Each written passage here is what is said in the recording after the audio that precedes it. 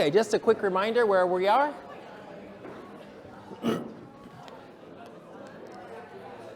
We've been talking about aggregate supply, aggregate demand. We did aggregate demand. Downward sloping, just like ordinary demand.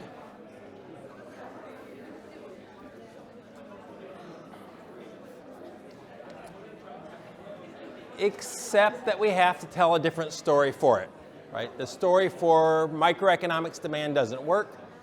We have to tell a different story, so you should be aware of the stories.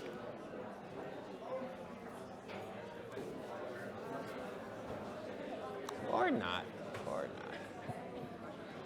not. Oh, have to.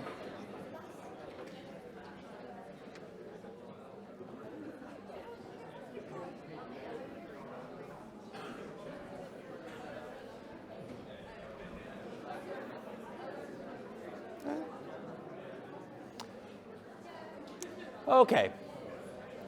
And of course, just like any graph in economics, we can only graph one thing, but there's lots of things that affect it. So if any of the other things other than inflation change that affect aggregate demand, we are going to have a shift in aggregate demand. And in particular, we have in aggregate demand, it's just consumption plus investment plus government spending plus net exports, the same C plus I plus G plus NX that we've had all the way through. And so if any of those things shift in all the ways that we've talked about that they might shift, this thing is going to drive me insane. Okay, we'll go like that, go like that. I might. And you might say he's already insane. How can it drive him insane? But there we go.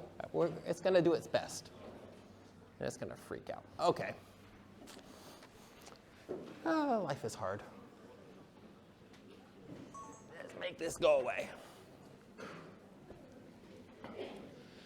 And so we can get, for example, if consumption goes up for whatever reason, for example, people become optimistic about the future, this will shift to the right.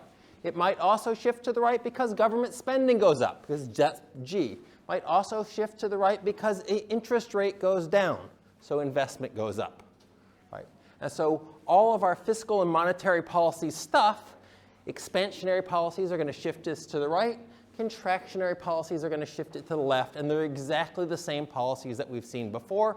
We just have a different way of graphing them. It's the same C plus I plus G, so all the things that affect C plus I plus G plus net exports will affect this by shifting it left and right. Okay, so that's going to be our policy tools. Are really going to be about shifting this left and right. Okay, but then we need aggregate supply. And we said aggregate supply is going to be upward sloping. And I said that we have short-run aggregate supply. So clearly here we're going to have a short run and a long run. Okay? And so we're going to have this difference in time. And we're going to say that the short run, our story about the short run, remember, aggregate supply is going to be all about firms and firms' decisions, which we never really had firms' decisions in this class up till now. We just had this magic coffee machine that people pushed the button and it got produced when they pushed the button. Right, so you just met demand at preset prices, but there was no firms making a decision about anything. But here we're going to have firms making a decision, which is clearly better because firms do make decisions in real life. And so that's an improvement that we're going to add realism to this story, right? So our firms are going to have input costs. And we can think of them, and we typically will in this class, think of them as labor costs. And we're going to think of them as labor costs for two reasons. One, labor costs are a big chunk of firm costs, and so that's a reasonable thing to be thinking about. But more importantly for us is that labor is something that we have kind of a knowledge about because we've worked, we've seen other people work, we've hopefully just watched people work and just sat back and enjoyed it, but working has been like part of the vibe around us, right? Whereas purchases of jet fuel, I don't know your home life, but in mine there wasn't a lot of purchases of jet fuel. So if I talk about purchases of jet fuel, we don't have a visceral understanding of it. But from our point of view as economists, in this case, it's going to be exactly the same sort of thing. That is, we're going to be buying some input to production. You buy a worker, rent a worker, I suppose, or we're going to be buying jet fuel, we're going to be buying a factory, or we're going to be buying some input to this production process. Maybe it's electricity, maybe it's gasoline, whatever it is. We're buying an input to the production process. and we're going to negotiate a price for this thing, and that price is going to be fixed in the short term. Right? When you negotiate a wage with your employer, you don't renegotiate it every day. For a while, you get that same wage. Okay? And that's going to be our short term. And we can debate, and economists go on and on and on for ages about this, about how long this short term is. Right? How important are these sort of fixed contracts? But our story is that we're going to have fixed contracts in the short term, but in the long term, we're going to be able to renegotiate things. So this short-run aggregate supply is going to be the aggregate supply that we have while these contracts are in place. And these contracts you should think of as kind of more broadly than just a written contract. They can be written contracts, right? Ryanair and the jet fuel was a written contract. They sat down and they had the lawyers and all that stuff and they wrote it out. And so they got to buy the jet fuel at the cheap price for years after everyone else, right? But it doesn't have to be a written contract. Right? When you make a negotiation with your employer and you say it's 15 euros an hour, everybody knows it's not saying that for 4 years it's going to be 15 euros an hour. You say, we agree on 15 euros an hour, we'll circle back on this in a year or so. But everybody knows that after 8 months, if you want, you can come in and try to renegotiate that contract. You say, look, Joe and Susan quit. Now I'm doing work of 3 people, and so now I really should get some more, and I've been coming in late nights, and you can renegotiate the thing, right? So it's not really necessarily a written contract. It can be just sort of, this is the way business is done. So an implicit contract, like nothing explicit has been said, but this is the normal sort of way that we behave. It can be like that as well. Okay. Right. So that's our short-run aggregate supply. Let me talk about it a little bit before we talk about that. So how do these contracts get negotiated? Well, we're going to have inflation here. And so when you go in, you get a job, and they say, we want you to work here. And what they would like to do is they would like you to work for free, right? I don't know where you work. It doesn't matter where you work. Wherever you work, they would like you to do it for free. In fact, they would like you to pay them to work for them. They would be delighted, right? It's going to be 500 euros an hour for you to come here, pay up, and then we'll let you in. And that would be great for them. Of course, you have a different opinion about it.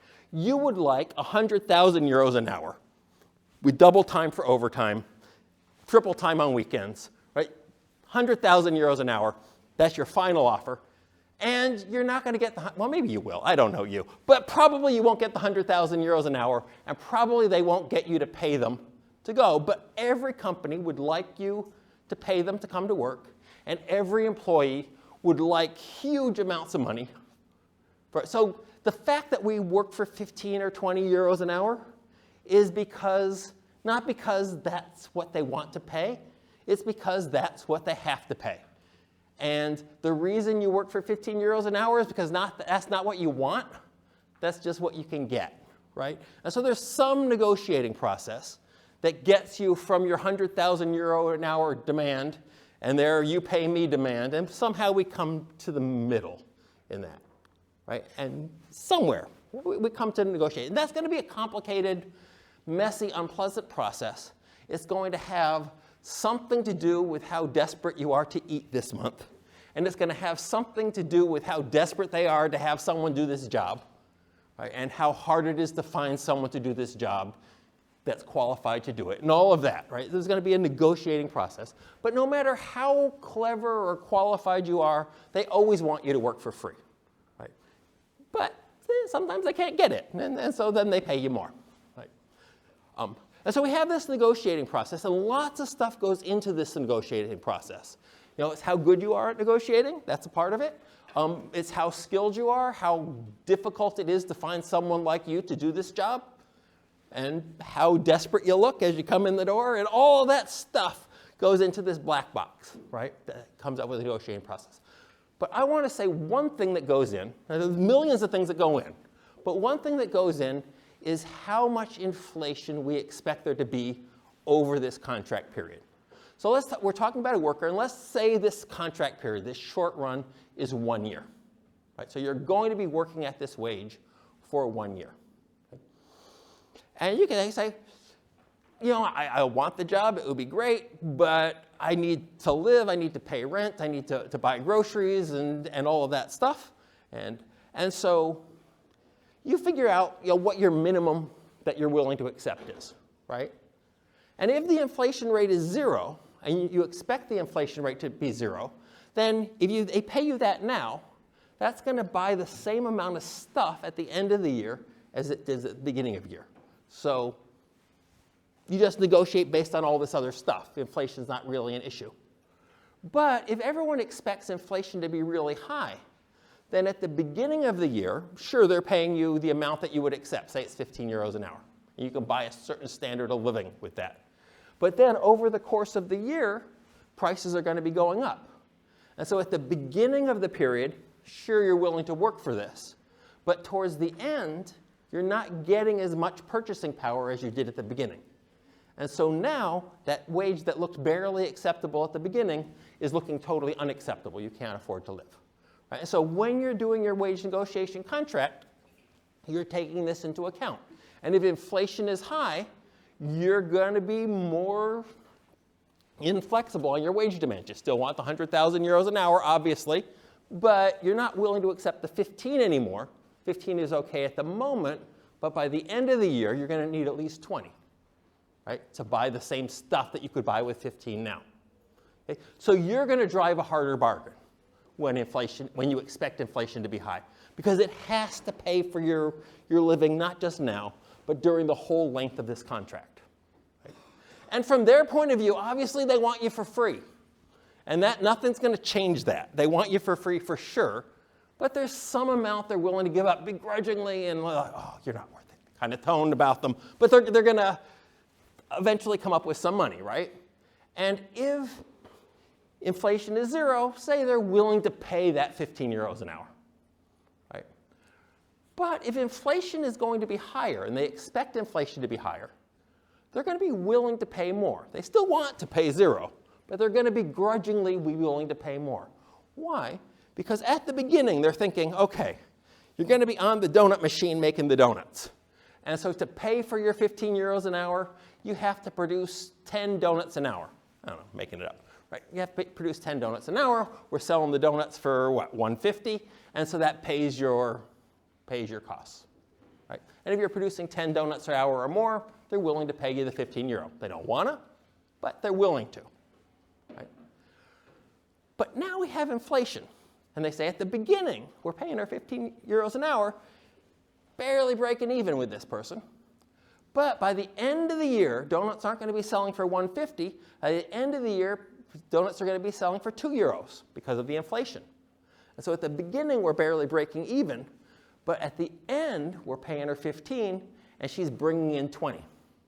Because the price of our product is going up. The price of the thing that you're producing is going up. So you're going to produce more revenue.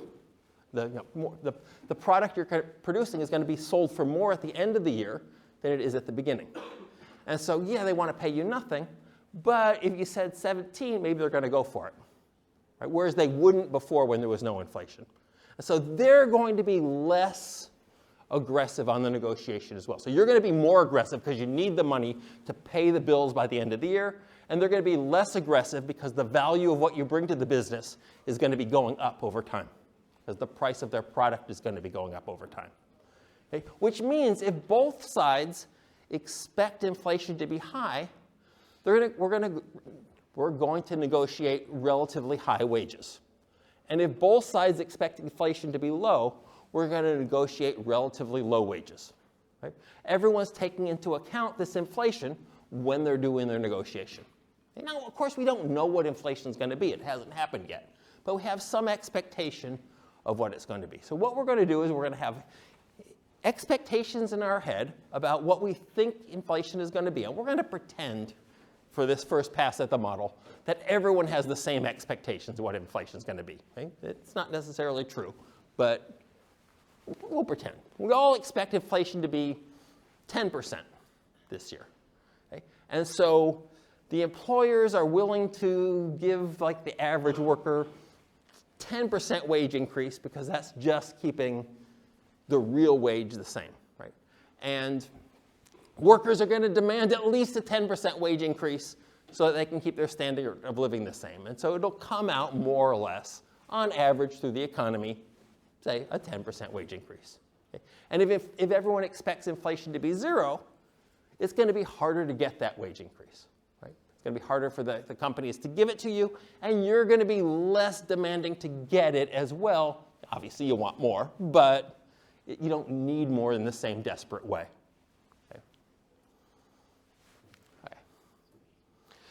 And so our story for why short-run aggregate supply looks like that is that we have this, say we have a short-run aggregate supply, and we're at some particular level of inflation, and that gives us some level of output.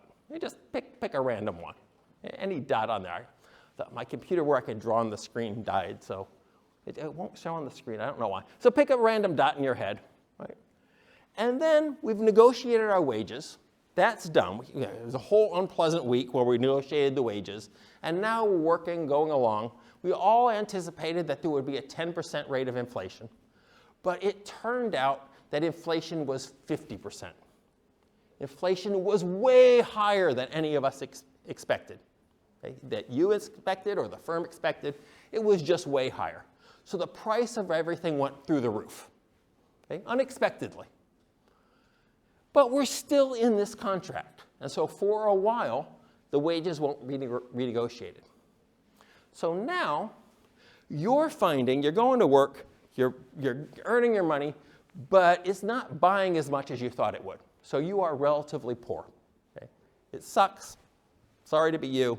What can you do? Right? But the firm is so happy. Right? Because the donuts are now selling for 5 euros a donut, and they're still paying you the 15 euros, and so the money is rolling in. And so what they would like is, now that the money is rolling in, if that's going to be the wage, we would like you to work weekends, make some more donuts, and let's stay late and make some more donuts, because the donuts are selling for a lot, but you're really cheap. And if they can hire anyone else at that wage, they're going to do it. Right? If there's people that are unemployed, they're going to grab those people because the wage is low, but the price of the product is high. And that's because of this unanticipated inflation. It's not the inflation itself. It's the fact that we thought it was going to be 10% when we set our wages, but it turned out to be higher than that. Okay? Now, let's suppose that we thought it was going to be 10%, and it turned out to be less than 10%. Right? So before, we thought our natural wage would say be 10 euros an hour, but we thought there was going to be this inflation, so we had 15 euros an hour. Right? And that's because you have to pay for, you're hard in the negotiation because you know that things are going to be more expensive during the year. But lo and behold, you're wrong. Things weren't more expensive. Inflation was less than we anticipated. So you got the wage increase based on everyone thinking there was going to be inflation. But there wasn't inflation. And so now you get your 15 euros an hour, but everything's cheap, much cheaper than you thought. And so now you're rich and life is good. Right? And you're buying much more stuff than you thought you could when you negotiated the wage. Right? On the other hand, the firm is really, really sad because they didn't think you were going to be that expensive. They thought, you produce your 10 donuts an hour, we'll be good. But it turns out the donuts aren't selling for so much because they didn't go up in value the way we thought they would. And so you have this wage, and you're producing the amount of donuts they thought, but we can't sell the donuts for what we thought we could. And so now they find you in real terms very expensive. And so if they can cut your hours, they will. If they can get rid of you, they will. If somebody quits, they're not going to replace that person. And so output will be low. Okay? And that's our story here, is that there's some level of inflation that people expect when they set their wages. When we do this short run, we negotiate these short run contracts. That fixes the real wage. It fixes the wage, and then inflation might be higher than we expect or lower than we expect. If inflation is higher than we expect, firms are going to find everyone cheap. They're going to buy a lot of people. They buy us. They do. We're for sale. It's really horrible. But they're going to buy loads of us, and that'll be great. And output will go up, right? Now, output will go up, but it's not like we're going to be happy, right? Because our real wage has gone down. Okay, but output will go up. Employment will go up. If inflation is less than what we expected, firms are going to find us very expensive in real terms, and they're going to try to buy less of us, and so output will go down. Okay? That's going to be our story. It's going to be about anticipated versus unanticipated inflation. So it's not so much inflation itself that is causing this, but whether or not the bit of inflation that's anticipated versus unanticipated. The unanticipated inflation will cause output to change. Okay. So if inflation is higher than expected, firms will increase output. If inflation is lower than expected, firms will decrease output. Okay. Yeah. That's just what I said. Here we go. Now, here, for the first time, we have Y star. Woohoo! I said we were going to have Y star. But now we've got it. So now let's tell a particular story. And our story is that we all expect inflation to be 3% in this particular graph. Okay? So we all expect it. The firms expect it. You expect it. All the workers expect it. And so we go into this negotiation. They say, well, you must work for free. And you say, I must get 100,000 euros per hour. And you fight it out. And we come to everyone gets a 3% raise, right? In line with inflation, more or less. Okay. Life is more complicated, I know. Like public servant people do not. Anyway, I'll leave that aside. But what we're going to assume for now, that it's simple. Real life is obviously more complicated. And so then, if inflation turns out to be what we expected, right? So we expected 3%, and then actual inflation turns out to be 3%. Then kind of everything is normal, right? Like we expected 3%, got 3%. You're not surprised by your real wage. The firm isn't surprised by what they have to pay you. Everything's going normal. And so everything should be normal, right? And we have this potential output here. But remember, we call it potential output, but it's really just the normal level of output. If everything's going normally, that's the amount of output we get. We're going to get some unemployment. We're going to get some level of output. Everything going normal, we get Y star, potential output. And so if we get the inflation we expected, everything is normal, we should get the normal level of output. Right. If inflation is higher than expected, firms are going to find us cheap, and they will hire more of us, make us work overtime, and all that kind of thing. Right. And so output will be higher than normal, higher than potential output. And if inflation turns out to be less than expected, then firms are going to find us very expensive. Our wages went up by 3%, but the price of their product only went up by 2%. And now they find us expensive. We're producing a certain amount of stuff when we work, but we're not paying for our wages. And so they're going to try to cut back on us. They're going to hire less of us. Okay? And output will be less than potential output. Now again, I'm telling everything in terms of wages, but this is true of everything that firms do, right? If they make a deal to like lay carpet in the offices, they make a deal going forward that we're going to be laying carpet in our offices in June, and then it turns out inflation is higher than we expected. They're going to find that deal cheap, and they're going to say, we'll do another corridor, and we'll put in some more carpet because it's relatively cheap in real terms. And if inflation is less than expected, they're going to find that very cheap and say, no, don't do the B block. That's just the engineers there. They wouldn't know a nice carpet if it bit them. And so they leave that aside, right? So it's the same thing in everything. Yes, wages and employment is something that we kind of understand intuitively, but it's true of everything that firms do. There's usually these short-term contracts, either explicit or implicit. And some of them are much longer than wage contracts. Some of them are 5-6 years. If you're building a factory, you make the deal way out ahead of time, right? And then if inflation is more or less than that, output will go up or down, right? Okay, so people with me here? Questions here?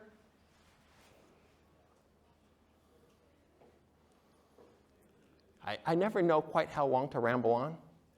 I do see people rolling their eyes. Oh my God, will he ever shut up? But no, I'm going to talk to 50 minutes, so I guess what can you do? But I also see, I don't know whether people want more or they're happy. So please stop me if you're at some point realize you wanted to ask questions, or come back. I'll circle back. I'm happy. Okay, so that's our short-run aggregate supply.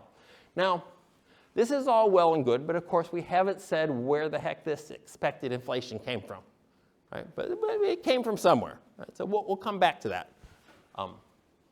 More next year, but some this year. Okay. Okay.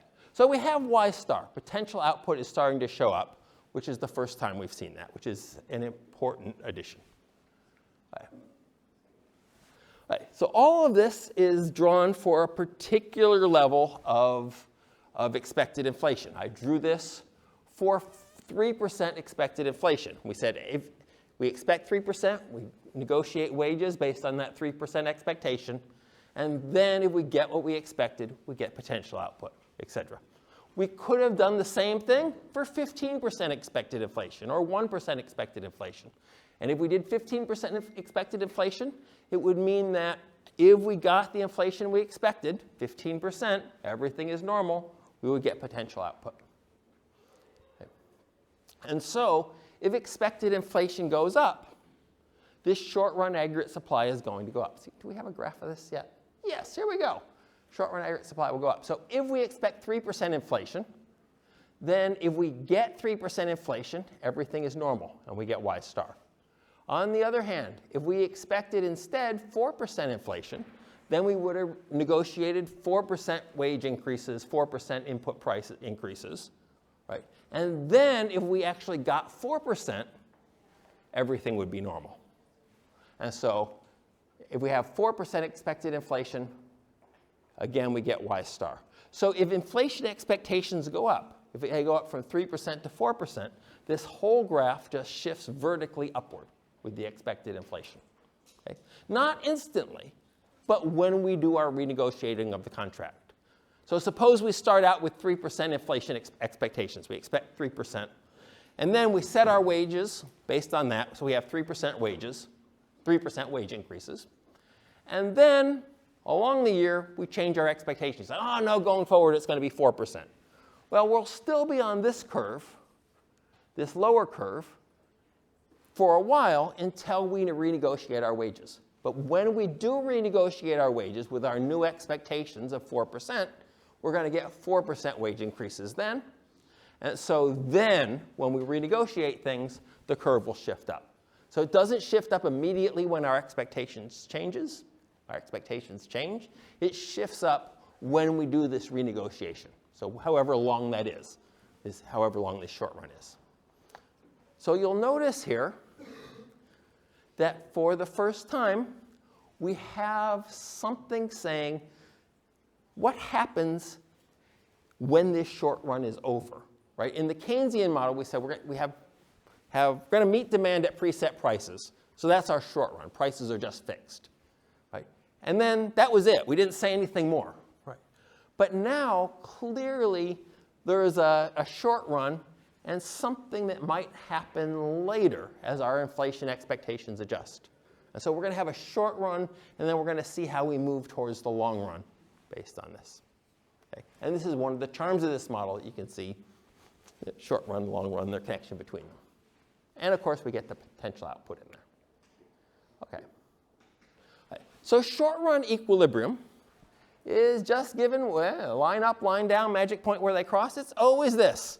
Short line up, line down, magic point where they cross. It is this again. So we have aggregate demand, we got aggregate short run aggregate supply, and we're going to be at the intersection of the two. And that's going to be what we get. And I've drawn it so that we have Y star here, because I have expected inflation is pi 1, like that. And then it's intersecting there. All right. Okay. So now I want to talk about the long run, if I can. Yes, I can. Talk about the long run. And we're going to talk about how we move between the short run and long run, but it's useful now, I think, to jump all the way to the long run. And so suppose things happen, things are weird, who knows what happened, but then we're thinking about, suppose everything settles down and nothing sort of is changing outside of this world. Okay? This is a very imaginary world. In real life, crises come, weird things happen, you know. You've been around the last couple of years. Things happen. But in our imaginary world here, it's kind of like a fantasy novel world where there was a lot of things that happened, and then for 1,000 years, nothing has happened. It's all the fantasy novels are a bit this way, right? 1,000 years, nothing has happened. And so in 1,000 years, if nothing has happened, what would we expect this long run to look like, right, in this model? So supposing the world works this way, and we're thinking 1,000 years from now where nothing has happened, everything's just the same every single year, what's going to happen? Well, I think it's plausible, like if nothing's happening in the world, that eventually we would start getting the inflation we expected, right? If you imagine that we have a long run, 1,000 years of nothing happening, and that people 1,000 years after nothing has been happening for 1,000 years are thinking, I think inflation's going to be 7%, and every year it turns out to be 2%. Well, these are some dumb people, right? Eventually they should cop on. And you've met people, well, they can be dumb, but they're not that dumb, right? Eventually, if you keep thinking it's going to be 7% and it's actually 2%. I think it's going to be 7%, it's actually 2%. I think it's going to be 7%, it's actually 2%. I think it's going to be 7%, it's actually 2%. Eventually, I don't know, humans are weird, but eventually they're going to cop on. And so thinking that in 1,000 years of nothing happening, that we're going to expect inflation to be higher than it actually is a bit weird. Like we could be wrong because something happened, right? We thought things were going to be normal, but then there was COVID, and then, yeah, we're going to be wrong, right? But if nothing's happening year after year after year, eventually we're going to cop on. And the same thing is we expected inflation to be low, and it kept being high, right? I expected it to be 0%. Actually, prices doubled. It was 100%. Oh, shocked. But that was a one-off. Expected to be 0%. Again, it's 100%. If we go 10, 20, 30,000 years of this, eventually people are going to cop on, right? That's the idea. So we expect that in the long run, nothing changing, that people will be guessing inflation correctly. Expected inflation and actual inflation should be the same. Okay?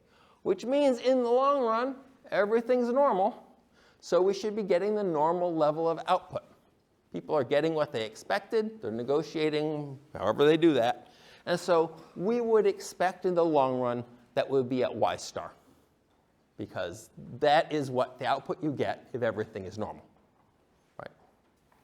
So our long run aggregate supply is not, why do I not have a graph of that? Okay.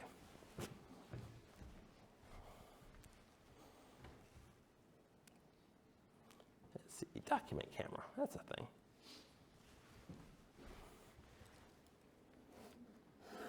Can we see that? Maybe. Okay. Boys can learn. We're slow, but we can learn. Okay. So we've got Y, we've got inflation, and we are expecting that in the long run,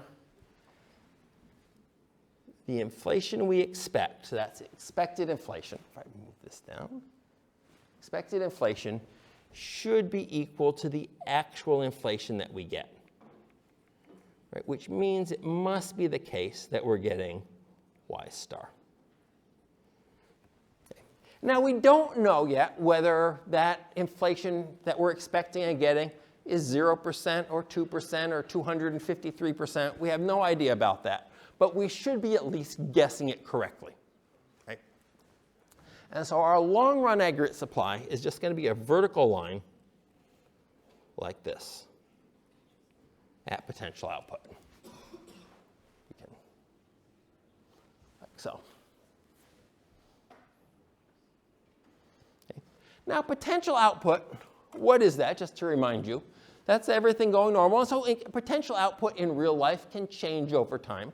Right? If we build more factories, if our populace becomes more educated, if we just get more people, all of this would make potential output go up. Right? Bigger countries produce more stuff than a one-person country, obviously. Right? So that would change potential output. But in this mythical long run where everything's stable and we're not changing any of that, we should get what we expect eventually. Right? And so in the long run, we're going to be at this curve. Okay.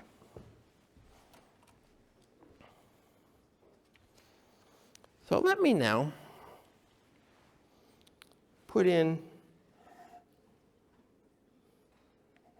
aggregate demand, and I will put in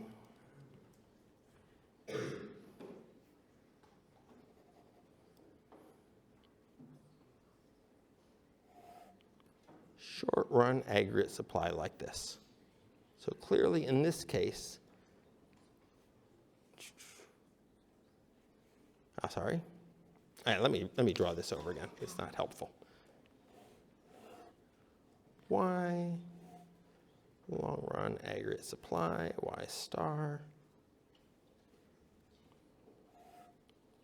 short-run aggregate supply. So this must be expected inflation, right?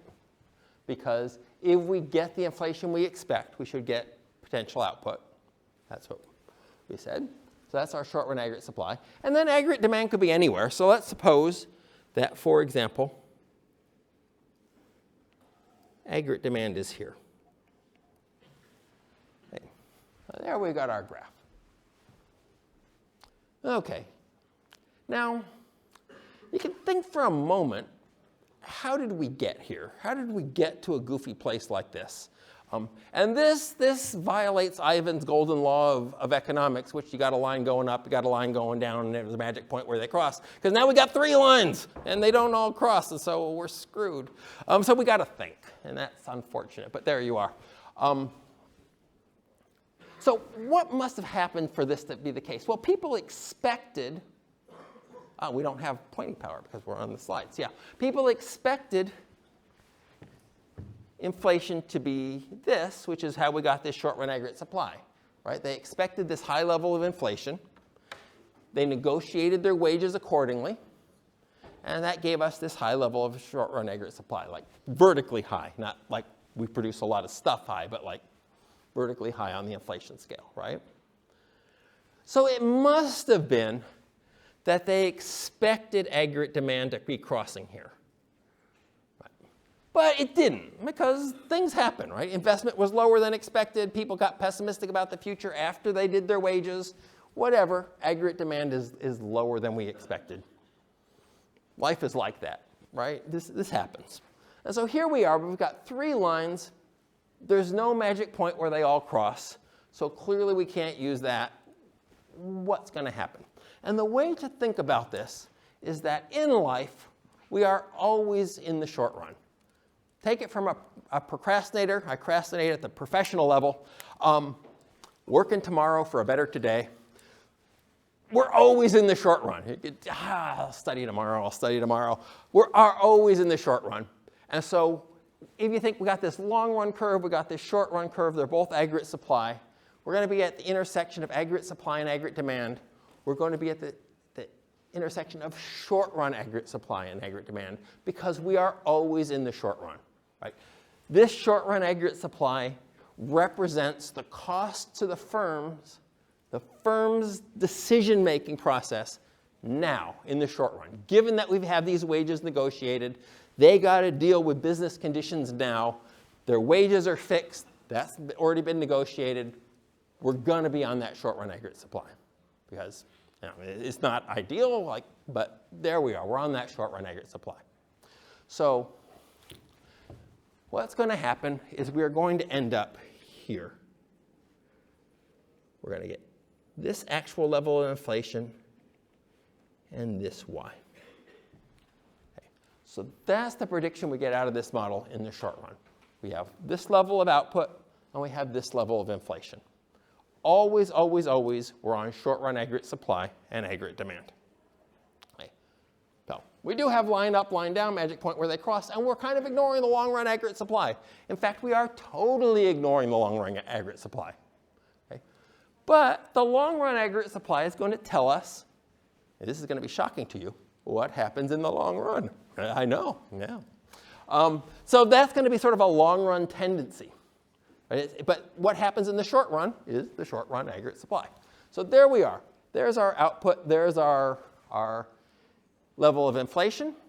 And for the first time in this class, I know it's a long way into the class, but for the first time in the class, we have a recession. I talked about recessions before, but we didn't have a model that really gave us recessions. We talked about how you would get out of a recession, but I was just making up the recession. But here, we have a real recession. Because look, we have an output gap, right? Output, the actual level of output is less than potential output. So this is a recession. We have less than the normal level of output, right? Why did this come about? It must have been that aggregate demand was lower than we expected when we made those contracts. So we made the contracts thinking that aggregate demand would cross up here, but in fact, once the contracts were made, aggregate demand was less than we expected. Okay? And therefore, firms aren't buying stuff, aren't producing stuff. They get rid of some of us, and there you go. Right? They're not selling stuff, so they don't produce as much. They get rid of some workers, and we get inflation less than what we expected. So we expected 10%. We're only getting 8% inflation. Firms are finding us very expensive because we have a 10% wage increase, but the product only went up by 8%. And so they're not hiring as much of us. They're getting rid of us. When somebody dies, they don't replace them. Right? I'm imagining a very unsafe donut shop where people are dying on a regular basis. I don't know. Maybe donut shops are like that. So there you go. A lot of blood, sweat, and tears in those donuts. Okay. There you go. Okay. So that's lovely. We have a recession for the first time. Aren't we proud of ourselves? So what happens next? And that's the beauty of this model, because we can actually talk about what happens next. And do we have time to talk about what happens next? We do. Awesome. Okay. So what happens next, if we have another color, is, well, it's a little unclear, but eventually these short-term contracts end, right? That, we're saying that we're going to renegotiate our wages in 1 year. And in fact, we would like to renegotiate our wages in a year, right? Because, well, we wouldn't. Like as workers, we got a 10% wage, but prices only went up by 8%. But the firms find us very expensive, right? And they weren't expecting they were expecting the price of the donuts to go up by more than they did. And so they're finding workers very expensive. And so when it's time to renegotiate the wages, they come in and they say, look, we really gotta get lower wages, or at least lower wage increases. We can't do 10% again, right? Now, in practice, who knows, right? Because expectations are a weird thing. People might think, for example, that this was a one-off weirdness, that why did aggregate demand go down? Well, it really depends on why it was lower than expected, right? It could have been that we all thought aggregate demand was going to be high, like at where it crosses the long-run aggregate supply, right? We thought it was going to be up here. And it was low because of just one of those goofy things, the pandemic or something exogenous that was sort of outside anyone's control, and it felt like a one-time thing. And so everyone might think, yeah, aggregate demand is going to go back where we thought it was. This was a one-time thing. Stuff happens. What can you do? But we're going back to normal now, right? That's entirely plausible. And that might even be true. And then aggregate demand would go back up. But let's suppose for a moment that it doesn't go back up. Okay?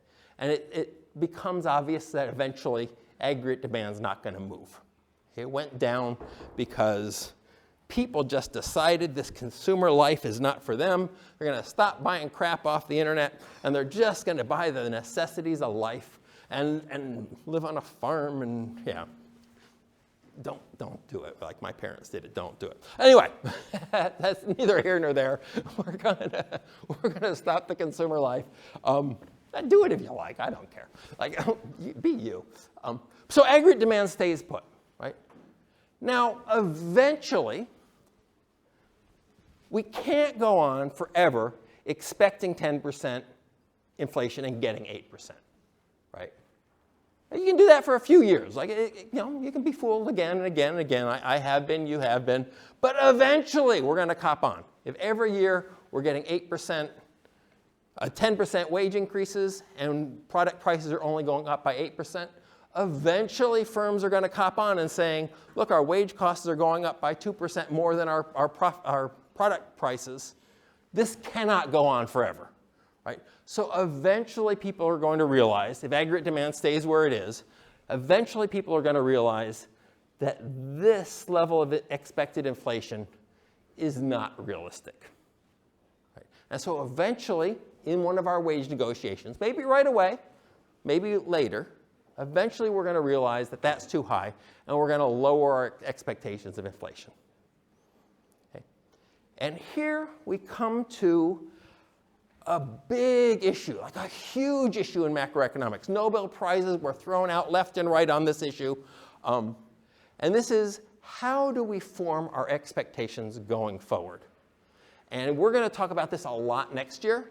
This is just a brief introduction, but there's loads of ways we could think about it. But there's sort of two big schools of thought on this. One way is to think that people are more or less kind of adapting to things as they go along. In the sense that, okay, this 10% is ridiculous. We've been getting 8% every year. I expect now that 8% is going to be the level of inflation expectations. So I just say, I look at yesterday, and I think tomorrow is going to be like yesterday. In some sense, there's more sophisticated, less sophisticated versions of this. And the contrast is with rational expectations, which is a huge revolution in economics, going to rational expectations. But first, let's start with adaptive expectations. That is, I think, just suppose that everyone thinks that next year's inflation is going to be just like this year's. Not an unreasonable way to approach life. Like, the world is complicated and messy. God knows where inflation comes from. I just think that next year is going to be like this year. Okay? Suppose that's it. So in our first year, I expected this level of inflation, and we got that level. So in the second year, I am going to expect this level of inflation, right? Just thinking next year is going to be like this year. So when I renegotiate the wages, now we all think that we're going to have 8% inflation. And so we get 8% wage increases. Well, what does that do? That gives us a new short-run aggregate supply where if we get the inflation we expected, we have potential output. So this was 1 is short-run aggregate supply 2. All right? People with me here?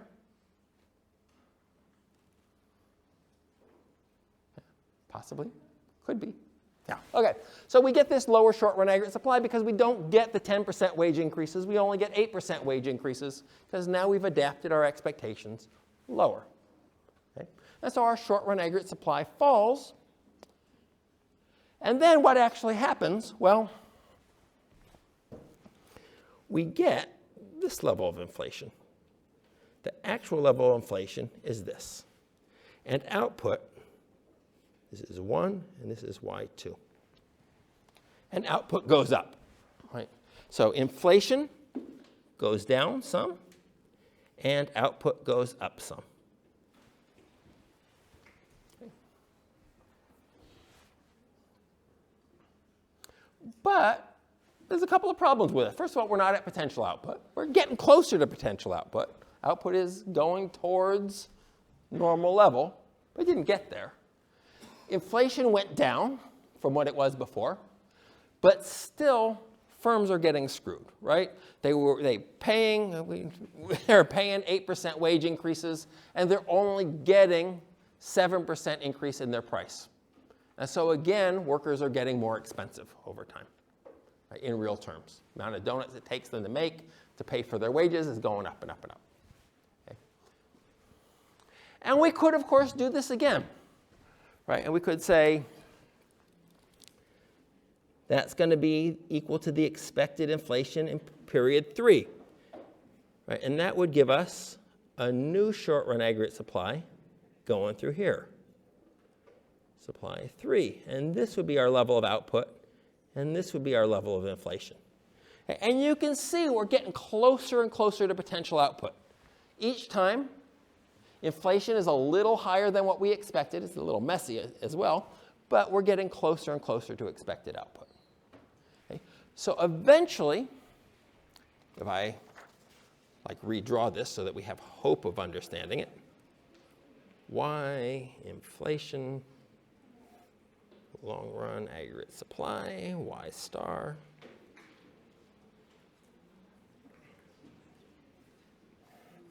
Short run aggregate supply 1. Aggregate demand. This has got to keep continuing. Inflation expectations have to get lower and lower and lower as long as firms are being tricked. Right? As long as the inflation they're getting is less than what they expected, because what they expect gives you the wage increase that they give, and they're getting less, so their product price is going up by less than the wages are going up. So as long as they're getting less than they expected, these expectations are going to keep falling. And they're going to keep falling until the wages, the inflation that we're getting is equal to the inflation we expected. So they're going to keep falling until we get to this level of expected inflation. Run aggregate supply. Let me put like a little infinity sign. Eventually, we'll get there. Eventually, we'll approach it anyway. And we get the output we expected. Okay. We're going to have shifting down, shifting down, shifting down, shifting down, and eventually approaching this. This is the self-correcting nature of the economy. If you get into a recession, the recession will fix itself. But the question is, like the big question is, how long is that going to take? And is there anything that we can do to maybe speed it up? Okay, I'll let you go and have a good weekend.